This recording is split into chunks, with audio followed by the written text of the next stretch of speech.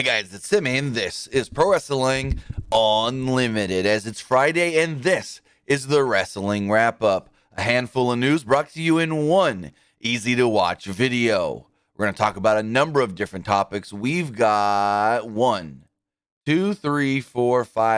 topics to talk about today. A couple of them are going to be quick hit topics, but we got 6 to talk about. From WWE's record-breaking finances, Keith Lee's possible next move, a former Intercontinental Champion's daughter getting hired by WWE, some possible returns soon, and so much more. But with that, I want to say thank you for joining me here, twitch.tv/PW Unlimited, youtube.com/Pro Wrestling Unlimited, and twitter.com/PW Unlimited.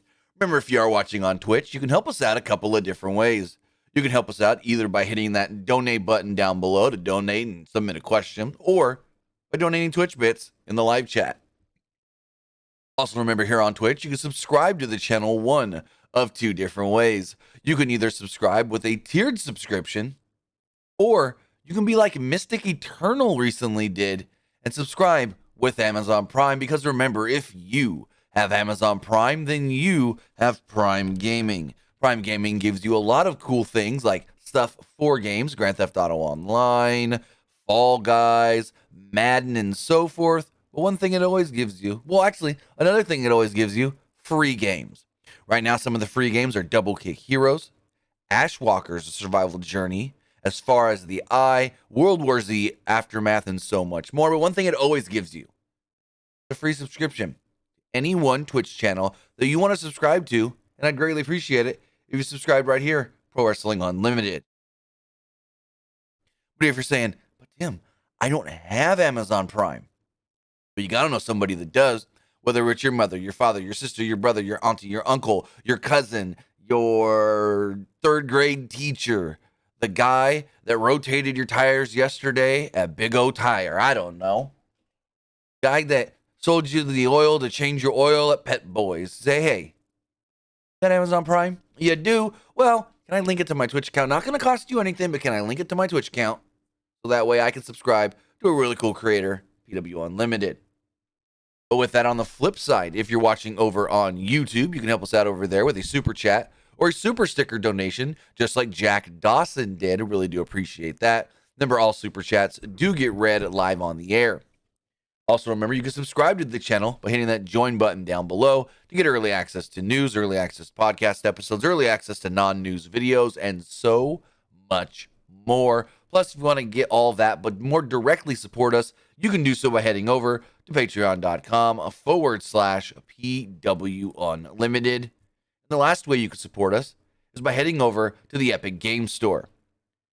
Going to the Epic Game Store because you play Fortnite, you need to get some V-Bucks.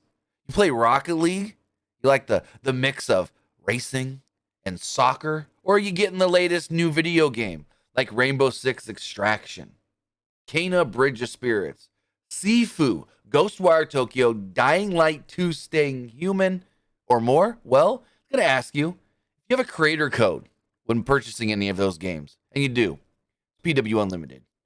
What creator do you support? It's PW Unlimited. Use this creator code, whether you are buying something on your PC from the Epic Game Store, or you're on your PlayStation, Xbox, phone, or what's the other thing? Your Nintendo Switch in either Fortnite or Rocket League. It'll also ask you if you've got the creator code, and you do, it's PW Unlimited.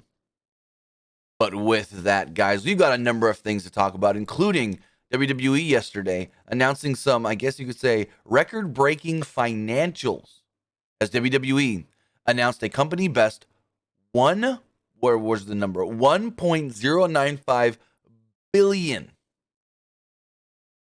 in revenue for 2021. I'm going to read this from F4W Online, written by Josh Nason. I'm not a big finance guy, but I read Josh Nason's write-up about this and thought it was very good. So I'm going to read this, again, giving credit to Josh Nason of F4W Online, who wrote this up, stating, WWE announced Thursday that 2021 company revenue increased by 12% to a company record $1.095 billion, the highest in their history. The news came on the same day as their Q4 earnings call, the notes of which can be found below. Among those highlights mentioned in their release was 24% increase in operating income to $259 million year over year. Fourth quarter revenue increased by 30% to $310.3 million, while operating income increased 131% to $83.6 million. A part of that driver was live event audience, because in 2020, in the Q4, they didn't run live events. So everything's going to be up as far as live event revenue from the previous year, since there was none. But they continue to go on to state that consumer product revenue increased by 21% to $32.6 million. Live event attendance in the fourth quarter averaged 5,200, which was down from the third quarter, but in line with fourth quarter 2019. As usual, the call was positive about the company and the current day and future, especially as it relates to the next round of TV rights fees. During the Q&A portions, WWE President Nick Khan indicated that there are going to be more players bidding on rights going forward as far as streaming does go. He says that Apple and Apple TV Plus is looking to get into live sports and live streaming, and he feels like Netflix could be getting into live sports and live streaming as well. He would later go on to state that they feel as good about a new deal for WWE Raw second-day streaming rights as they did for their last Raw SmackDown deals with Peacock and the WWE Network. The rights are currently held with Hulu, and they're up this year, so they got to talk to somebody new, because it's, what is it? Excuse me. Raw and SmackDown air. Next morning, they're on Hulu. No. And then they go to the network 30 days after that. So maybe they could strike a deal with somebody. Next day, they go to, I don't know, Netflix. Next day, they go to Disney Plus in America. Who knows? I did find it interesting, though, that during this call, they don't need Stephanie. I'm going to say that right now. They don't need Stephanie McMahon, because Stephanie's over here reading a pre-canned script. You could tell that she didn't write. And she starts talking about all these things. She's like, she's like, WWE had their hands in a lot of different things this year, and we have a lot of different partners. Like Pizza Hut during Survivor Series, we had Pizza Hut trending, and the crowd was chanting pizza, pizza, pizza at the Street Profits. That is something that we've never seen for a partner before. Like, we got Pizza Hut trending because the Street Profits were eating pizza on television. And then she would go on to start talking about how, you know, the Deontay Wilder Tyson Fury boxing fight was a massive success. Whoop, dropped my headphones. Was a massive success. And I go, yeah, for them, you had nothing to do with that. She then goes, Jackass Forever, starring Johnny Knoxville, who was in the Royal Rumble, is already getting acclaimed reviews or whatever she said. I'm like, yeah, because the movie's gonna be fucking hilarious, just like all the other ones. Nothing to do with WWE. She's over here touting all these non-WWE like successes just because there's like less than 1% of a connection. Ooh, Tyson Fury had a match in WWE, so we're going to say that his boxing bout was successful because he was with us. Johnny Knoxville's movie's going to be really great because he was in the Royal. Fucking shut up, Stephanie. But as far as Peacock news does go, Khan provided numbers from Peacock that showed sharp increases in viewership from 2019 when they were just, quote, the WWE Network. July 2021's Money in the Bank, 25% higher views. August 2021's SummerSlam, over 30% higher. September 2021 Extreme Rules, 20% higher. And I don't know if that is just the September pay-per-view or if that is Extreme Rules, because in 2019 Extreme Rules was in July or June, one of the two, and September would have been, I want to say, Hell in a Cell in 2019. So I don't know if that's based off of Extreme Rules, the show was up 20%, or the pay-per-view in September was up 20%. They also stated October 2021 Crown Jewel, 75%, which is very interesting. And November 2021 Survivor Series, almost 25% higher. That's 75% for Crown Jewel in October. That's an interesting one because that was a midweek show. And I get it. I think this was what day was Crown Jewel?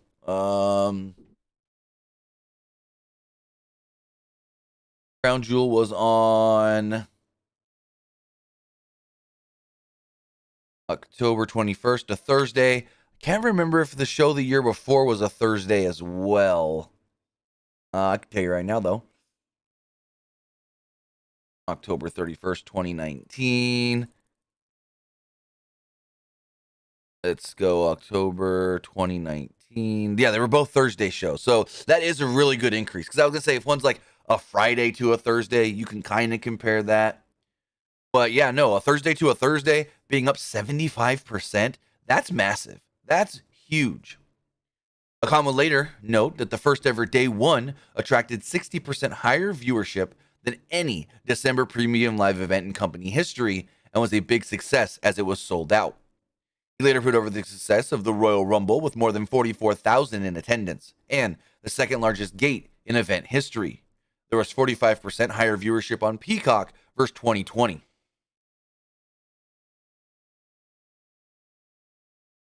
He said that 3.5 million fully paid Peacock subscribers have watched WWE programming since moving over to the streaming service, and that could be a little misleading. So if he's over here saying, okay, 3.5 million people watch WWE content on Peacock, we don't know if that means somebody accidentally clicked on WWE content, like they popped up Peacock. The top header was, say, day one. They accidentally clicked it trying to find, I don't know, The Office. And then that counted as a view. Whether they watched for 1 minute, whether they watched for 1 hour, whether they watched for multiple hours. We don't know what a view actually means, but they stated 3.5 million fully paid Peacock subscribers. Again, don't know what that fully means either, whether that is at just Peacock Premium or Peacock Premium Plus. Now, here's the thing. If this is just Peacock Premium Plus, a lot of people have Peacock Premium Plus, including myself, at a discounted rate. If you have either Comcast Cable or Cox, I think it is, you get Peacock 50% off. So essentially, you can either get the $5 tier for free because you get $5 off or whatever. So you get the $5 tier either for free or the $10 no ads tier for $5. That's what I pay for. I already have Comcast Cable. So I pay for $5 top tier, no ads. And yeah, so again, another little misleading kind of thing there. Khan said that they are looking at more international partnerships with WWE Network in other countries and are going region by region, country by country to figure out the rights partners like they did with Disney Plus in Indonesia recently.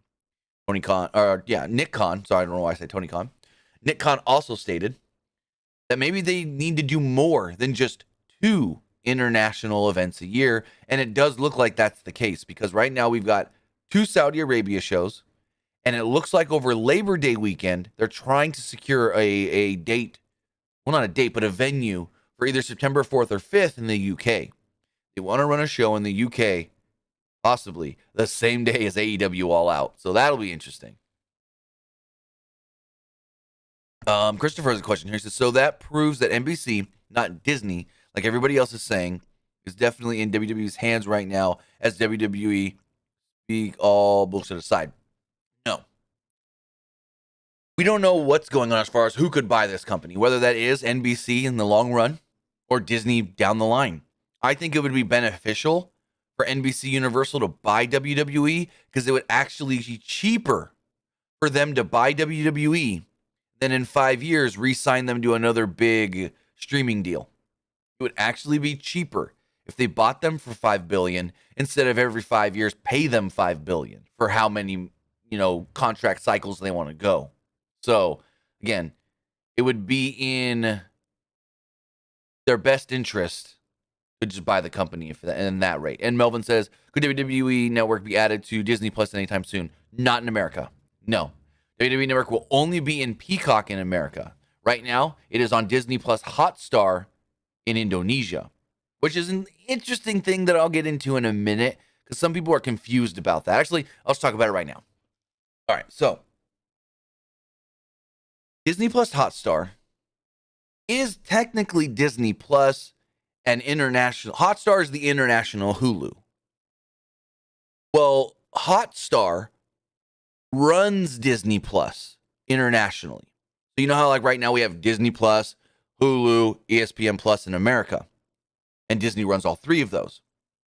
Well, internationally, Hotstar actually is in charge of making sure the streaming service runs and works and everything goes up on time and this and that. Yet, WWE actually did broker this deal directly with Disney. Disney is still in charge of figuring out what goes on the WWE network internationally, whether that is that they're, and even though, not whether that, but even though they're not the ones running the service and keeping it up like they do in America and other countries. So that's the interesting thing. A lot of people have been confused because Hotstar runs and operates Disney Plus internationally, yet Disney's the one that brokered the deal. That's the big thing to look at. Disney's the one that made this deal with WWE to add the WWE network to Indonesia, or Disney Plus Hotstar in Indonesia. Some other notes from the conference call. Vince McMahon provided brief remarks saying WWE reimagines their business every month and every week, citing a very flexible staff.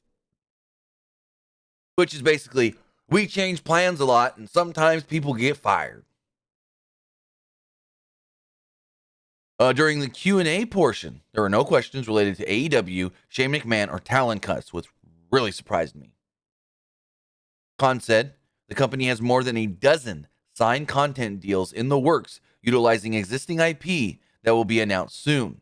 They also went on to talk about WWE 2K22 coming out soon, WWE Supercard, the mobile game, and the WWE Champions mobile game as well, doing with Supercard and Champions doing record numbers over the last month or so, as far as like time spent on the app and downloads.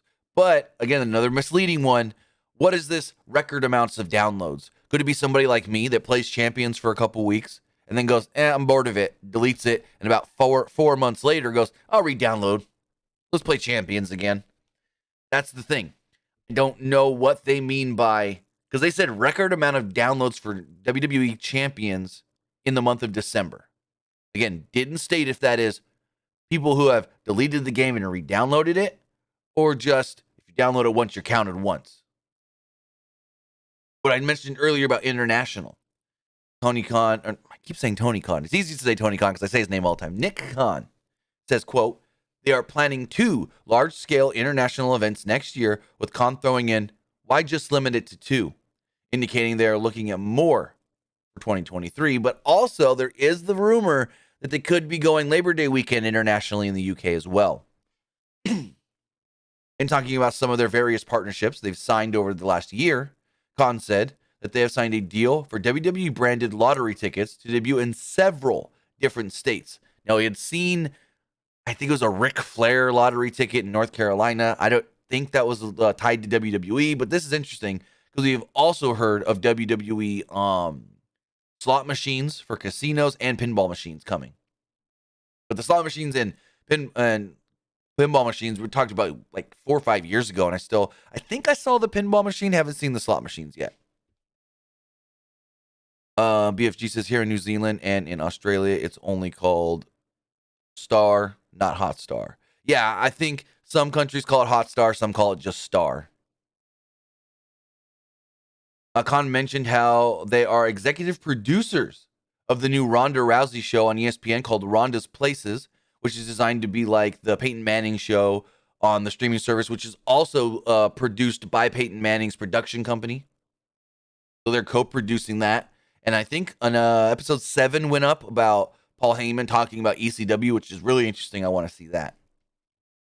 They touted Bad Bunny in his sold-out concerts upcoming, Johnny Knoxville and his critically acclaimed movie that's rotten fresh, or fresh on Rotten Tomatoes or whatever.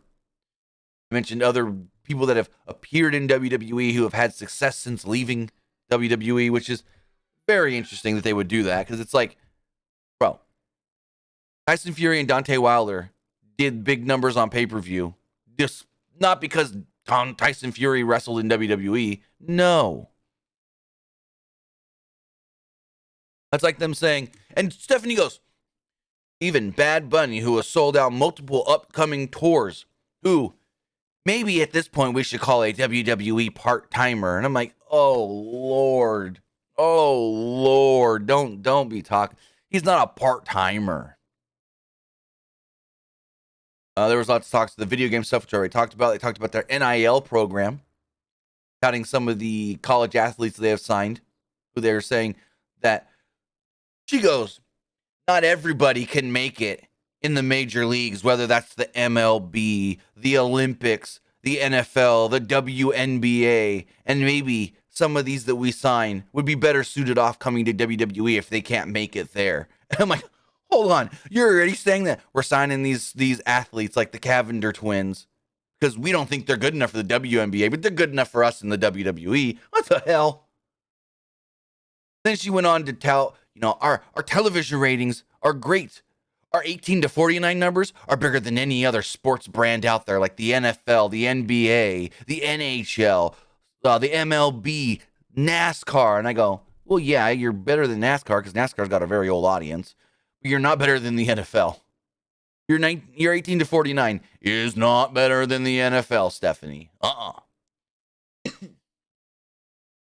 Stephanie said that there's no reason WWE shouldn't be in the hundreds of millions in years ahead for both advertising and sponsorship revenue. They generated nearly $72 million in 2021. She later said that they are looking into how to be part of the metaverse as they see a huge opportunity to be involved. They are doing their due diligence to go about things the right way and gather the right type of information on what that actually means. So a lot of talk, a lot of stuff here. So yeah, higher revenues than ever. They grossed $1.095 billion last year. Yet they released 80 people, with 78 of them being cited as budget cuts, maybe 79. I can't remember. I know Toni Storm asked for her release. I can't remember if anybody else actually asked for their release. Maybe it was 80. I think Toni Storm was 81. And there were 80 releases cited as budget cuts. So, making all this money. That's why you're making all this money, because you're paying less people. So, very interesting to see where this all leads to. But speaking of people getting released from WWE, a number of former WWE talent are now free. Or as Keith Lee said, shackles are off. Speaking of Keith Lee, looks like Keith Lee, well, he's got some places he might be going, and one of them may be AEW. Sinclair Saturday says Brian Kendrick. That was a 2022 release. So, yes, Andrade was the other one. I knew there was more than one. Andrade was one that requested his release. That's right.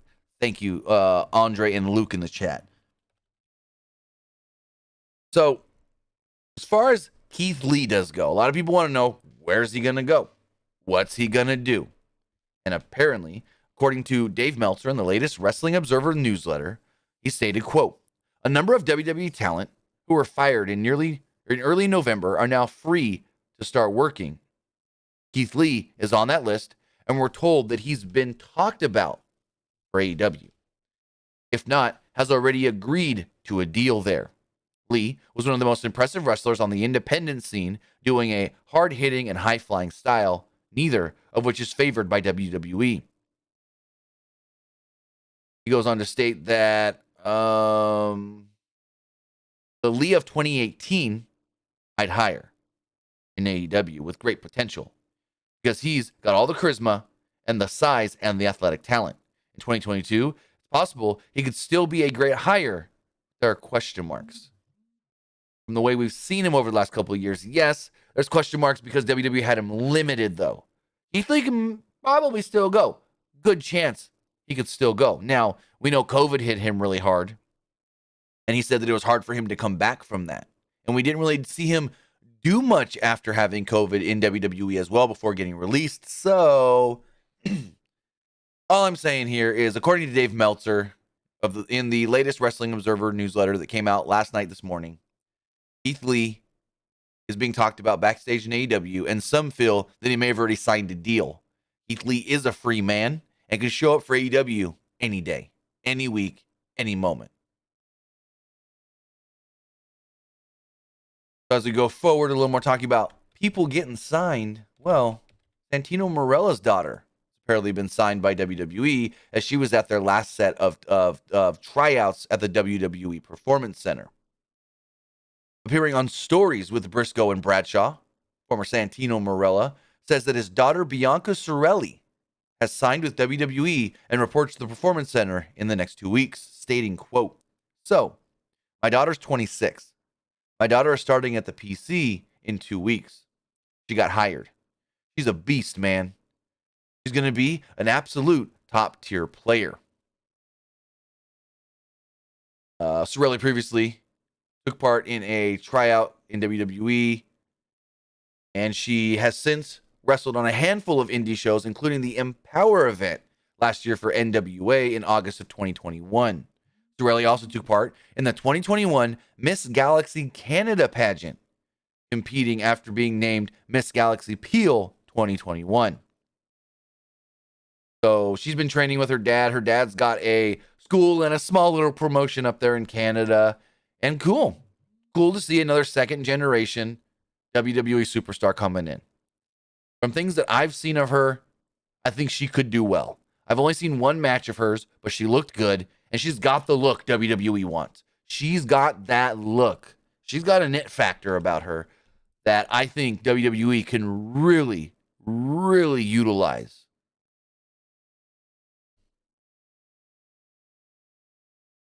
As we move forward, we'll talk about a couple possible returns to WWE soon, as it looks like Lacey Evans, Bayley, and Asuka could be coming soon as well. Or could be coming back, I should say. Lacey Evans has been out of action since last February, I want to say now, as she announced that she was pregnant and gave birth to her second child in October. She gave birth 3.5 months ago, but has been training for her return, not just at home working out, but she has also been training at the WWE Performance Center. Now, it is likely that she could make a return in time for WrestleMania, but I don't know. 3.5 months is soon, very soon, from giving birth and stuff. I mean, Becky didn't come back for January, 8 months. I mean, Ronda came back September, October, November, December, January, 4. But Lacey could make it back in time for WrestleMania, but I think it would be a stretch. Say she doesn't come back till March. What do you set her up for at WrestleMania? Put her in the Women's Battle Royal? I mean, I'd rather keep her off till the Raw after WrestleMania. You know what I mean? So Lacey Evans has been training. We've seen her working out in her home gym, I guess it is, on her Instagram. And apparently, according to Meltzer, she has also been training sporadically a couple of times at the WWE Performance Center. As far as Bayley does go, actually Bayley and Asuka, both are expected to be back over the next few months. Both are targeted to be ready and going into WrestleMania. So that's a good one to hear, that both of them could be factored into WrestleMania. I mean, we had heard that Asuka was cleared already and could have been in the Rumble, but some in WWE apparently felt that, yeah, she was cleared, but she may not be ready, which means that her injury may have been worse than expected, and we still don't know what that injury is. All we know is her arm was in a sling at one point last year. But we don't know what her injury was, but we know that from what I heard of, yeah, Asuka's been cleared, but some don't think she's ready, means she's cleared, but maybe she hasn't trained enough to get the ring rust off, because she hasn't worked a match since like July. The last match Asuka worked was the Women's Money in the Bank ladder match. So, again, like I stated, if they felt like, yes, she's cleared but not ready, means that she just got cleared to possibly return to training. But they are hopeful that she will be back over the next couple of months and ready to go. Same thing with Bayley. Bayley's been training. Some thought Bayley could have been cleared by Rumble, but we still see Bayley on her Instagram, even just this week, posting rehab videos. So I don't know if Bayley did get cleared. Last word I got was mid-late February, early March. Bayley's return expected by talent backstage. As we move forward, Ronda Rousey just recently returned to WWE. Well, we now know her full schedule going into WrestleMania. Ronda Rousey came back last week, or this just past week, at the Royal Rumble event and worked Monday Night Raw, and she's scheduled for tonight's Smackdown in Oklahoma City, but she's also scheduled for 1, 2, 3, 4, 5, 6, 7, 8 other events going into WrestleMania. Next week, she'll be in New Orleans for Smackdown, where they're filming 2 weeks leading up to Elimination Chamber. February 25th, she'll be at the Smackdown in Hershey, Pennsylvania. March 4th, she's working the Smackdown in Miami, Florida. Then 2 days later, March 6th, she's going to Laval, Quebec, Canada to work a WWE live event. That's just interesting because the match being advertised for that live event, you'll never guess. It's a tag team match. It's not Ronda and Shayna teaming together. No, they're on opposite sides. It is Ronda and Sasha Banks against Charlotte Flair and Shayna Baszler. Very weird. Ronda will then work the March 11th SmackDown in Birmingham, Alabama, the March 18th SmackDown in Charlotte, North Carolina, the March 25th SmackDown in Brooklyn, and then WrestleMania. So seeing that she's working SmackDown, no Monday Night Raw, she's picking Charlotte Flair. This confirms that tonight on SmackDown, we get the announcement, Charlotte Flair versus Ronda Rousey at WrestleMania. Because Ronda's going to make her announcement tonight.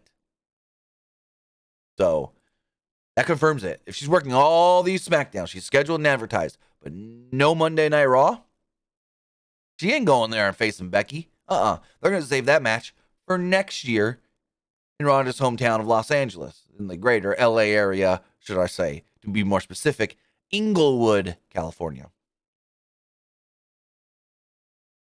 And the last thing I want to hit on is Brock Lesnar broke some records in the Royal Rumble. Yes.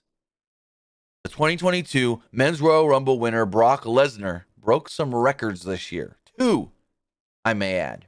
First off, Brock Lesnar broke the record for the least amount of time in a Royal Rumble by a winner. Brock was in for 2 minutes and 32 seconds. Also, Brock Lesnar now has the record of most years between Rumble wins. 19. Brock won his first Royal Rumble in 2003. He would then go on to challenge Kurt Angle at WrestleMania 19. And then, well, he won this year, 2022. And all indications do point that not only will he be challenging Roman Reigns for the Universal Championship, but according to Dave Meltzer in the latest Wrestling Observer newsletter, Brock's going to win that chamber match at Elimination Chamber, become the WWE Champion again, and then go on to do title versus title at WrestleMania. So again, Brock Lesnar has 2 new records in the Rumble. Least amount of time spent in a single Rumble match by a winner, 2 minutes and 32 seconds. And most years between Rumble wins, 19 years. The final thing I want to talk about as we wrap things up here is tonight's SmackDown. Tonight's Friday Night SmackDown, as stated, does come to us from Oklahoma City, Oklahoma. And so far, only 3 things have been announced for tonight's show. We do know that Ronda Rousey will be on the show tonight to make her WrestleMania decision. Who will she face at WrestleMania? Becky Lynch for the SmackDown Women's Championship or Charlotte Flair? Becky Lynch for the Raw Women's Championship or Charlotte Flair for the SmackDown Women's title? Well, we know it's Charlotte Flair. Also, WWE stating that Drew McIntyre returns tonight for Friday Night SmackDown. This fool was gone for a month. Returns. He got a few weeks off and he's back.